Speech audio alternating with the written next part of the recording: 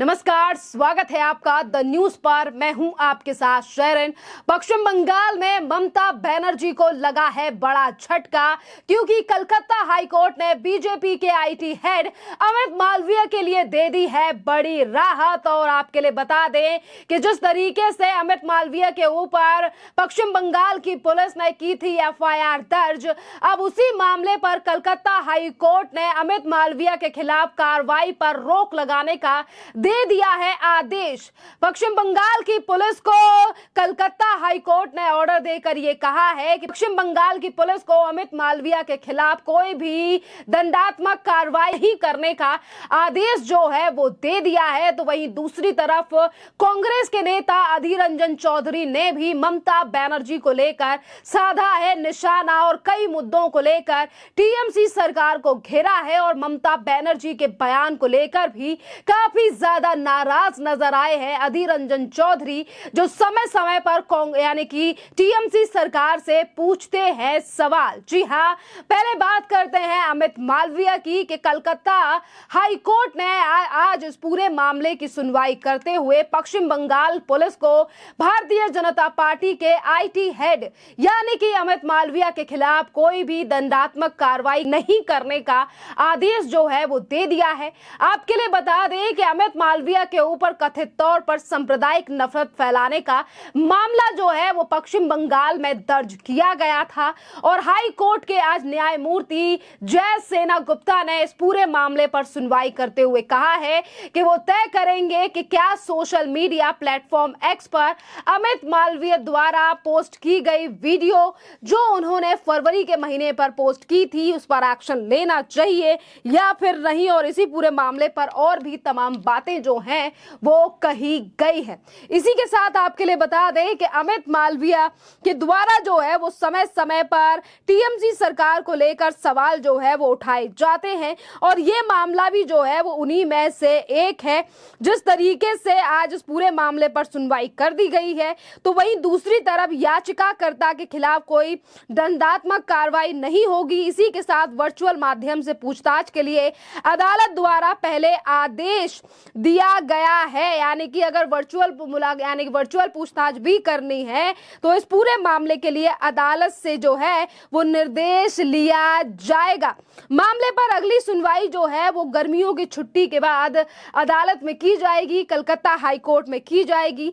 दरअसल ये पूरा मामला जो है वो फरवरी के महीने का है, जो समय पर अमित मालवीय के खिलाफ जो है वो एफआईआर दर्ज करने के लिए जो एफआईआर दर्ज हुई थी और इसी से राहत पाने के लिए अमित मालवीय ने जो है वो उच्च न्यायालय का रुख किया था, जिसमें कांग्रेस के नेता अधीर रंजन चौधरी पर उन्होंने आरोप लगाया था कि सरस्वती की मूर्तियां तोड़ने का आरोप उन्होंने अधीर रंजन चौधरी पर लगाया था। इसी के साथ पश्चिम बंगाल के मुख्यमंत्री ममता बनर्जी पर पूरे पश्चिम बंगाल के स्कूलों में वार्षिक सरस्वती पूजा बंद करके अपनी सांप्रदायिक राजनीति से राज्य को प्रदूषित करने का आरोप जो है वो भी अमित मालवीय ने अपने इस ट्वीट के द्वारा लगाया गया था, जिसके बाद एक्शन यानी कि एफआईआर दर्ज जो है वो अमित मालवीय के ऊपर हो गई थी। दरअसल आपके लिए बता दें कि ये मामला बढ़ते बढ़ते इतना ज्यादा बढ़ गया कि कलकत्ता हाईकोर्ट तक पहुंच गया और अब कलकत्ता हाईकोर्ट ने इस पूरे मामले पर बड़ी राहत जो है वो आईटी हेड यानी कि बीजेपी के नेता अमित मालवीय के लिए दे दी है। खैर, ये बात तो रही कि अमित मालवीय के ट्वीट को लेकर जो पिछले दिनों भी ममता बनर्जी सरकार और उनके कार्यकर्ताओं को लेकर उन्होंने सोशल मीडिया पर एक वीडियो पोस्ट किया था कि किस तरीके से टीएमसी के कार्यकर्ता जो हैं वो भारतीय जनता पार्टी के कार्यकर्ताओं के घर में घुसकर तोड़फोड़ कर रहे हैं और महिलाओं के साथ महिलाओं की आवाज जो है वो भी पीछे से आ रही है कि किस तरीके से घर में रात को 3 बजे जो है वो ममता बनर्जी के समर्थक और कार्यकर्ता घुस रहे हैं। अब बात करते हैं अधीर रंजन चौधरी की। जी हाँ, अधीर रंजन चौधरी ने भी कई मसलों को लेकर आज ममता बनर्जी सरकार पर हमला बोला है और समय समय पर वो ममता बनर्जी के ऊपर इसी तरीके से हावी जो है वो दिखाई देते हैं, क्योंकि पिछले दिनों ही ममता बनर्जी ने ये ऐलान किया था कि वो जो है पश्चिम बंगाल में अकेले चुनाव लड़ेंगी। पर फिलहाल में ही जो है वो ममता बनर्जी की तरफ से एक बयान दिया गया जिस पर उन्होंने कहा कि केंद्र में सरकार बनाने के लिए वो बाहर से भारतीय ब्लॉक का समर्थन करेंगे, यानी कि इंडिया गठबंधन का समर्थन करेंगी। और इसी पूरे मामले पर जो है वो आज अधीर रंजन चौधरी ने ये कहा है, वहां से अंदर बाहर कैसे क्या करेंगे उनकी पता कर लो, उनसे पूछ लो। मैं उनसे भरोसा नहीं करते, गठबंधन छोड़ के भागी उन्होंने, उनकी बातों पे कोई भरोसा नहीं। अगर बीजेपी की तरफ ज्यादा भारी रहे तो वो उस तरह भी जा सकते। मुझे उनके ऊपर कोई भरोसा नहीं कि गठबंधन तोड़ने वाली ममता बनर्जी सबने देखा है। लेकिन आरोप लगा रहे हैं कि यहाँ के जो लोकल कांग्रेस हो, तो जब गठबंधन बन रहे थे उस समय आरोप लगाना चाहिए था ना। मैं तो कभी उनके साथ बदसलूकी नहीं किया, मेरा रुख स्पष्ट है। गठबंधन बनने की पहले भी जो रुख स्पष्ट थी, आज भी रुख स्पष्ट है। अभी बहानाबाजी करना बेकार है। ये अभी कहीं दुहाई देना ठीक नहीं है। और दुहाई देने के चलते कांग्रेस पार्टी को हिंदुस्तान में खत्म करने की बात कर रहे थे कि कांग्रेस 40 से ज्यादा सीट मिलेगा ही नहीं, कांग्रेस खत्म हो चुके हैं। अभी दुहाई देना शुरू कर दी। इसका मतलब ये कि कांग्रेस पार्टी और दूसरे गठबंधन जो है, कांग्रेस पार्टी के साथ दूसरे जो गठबंधन है वो सत्ता पे आ रहे हैं। इसके लिए अभी मतलब जिसको कहते हैं कि लाइन लगाना शुरू कर दिया ममता कि पहले मुझे ममता बनर्जी पर भरोसा नहीं है, वो गठबंधन छोड़कर भाग गई और वह भाजपा की ओर भी जा सकती हैं।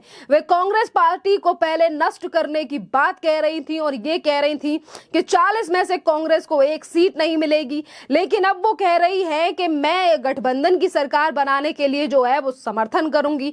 इसका मतलब ये है कि कांग्रेस पार्टी और गठबंधन जो है वो सत्ता में आ रहा है और इसीलिए ममता बनर्जी जो है वो कांग्रेस को यानी कि केंद्र में फिर एक बार समर्थन की बात जो है वो कर रही हैं।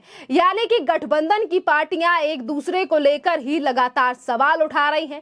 और बात अगर दुश्मनी की जाए, क्योंकि देखिए पश्चिम बंगाल ही नहीं बल्कि पूरे देश को लेकर ये गठबंधन तमाम राजनीतिक पार्टियों का हुआ है, जिसमें आम आदमी पार्टी से लेकर समाजवादी पार्टी और कांग्रेस के जितने भी कण हैं, यानी कि चाहे फिर वो एनसीपी हो और टीएमसी हो या फिर इसके अलावा जितनी भी पार्टियां कांग्रेस से छूटकर बनी हैं वो आज इस गठबंधन में शामिल हैं।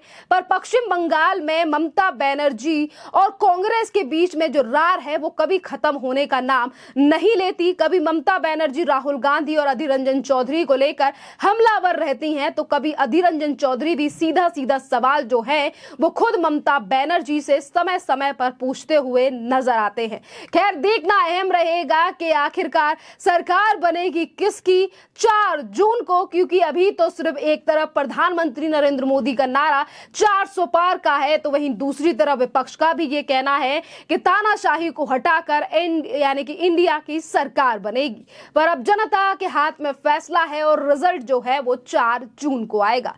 खैर, इस पूरे मामले पर आप लोगों की जो भी राय हो आप हमें कमेंट कर जरूर बताइए।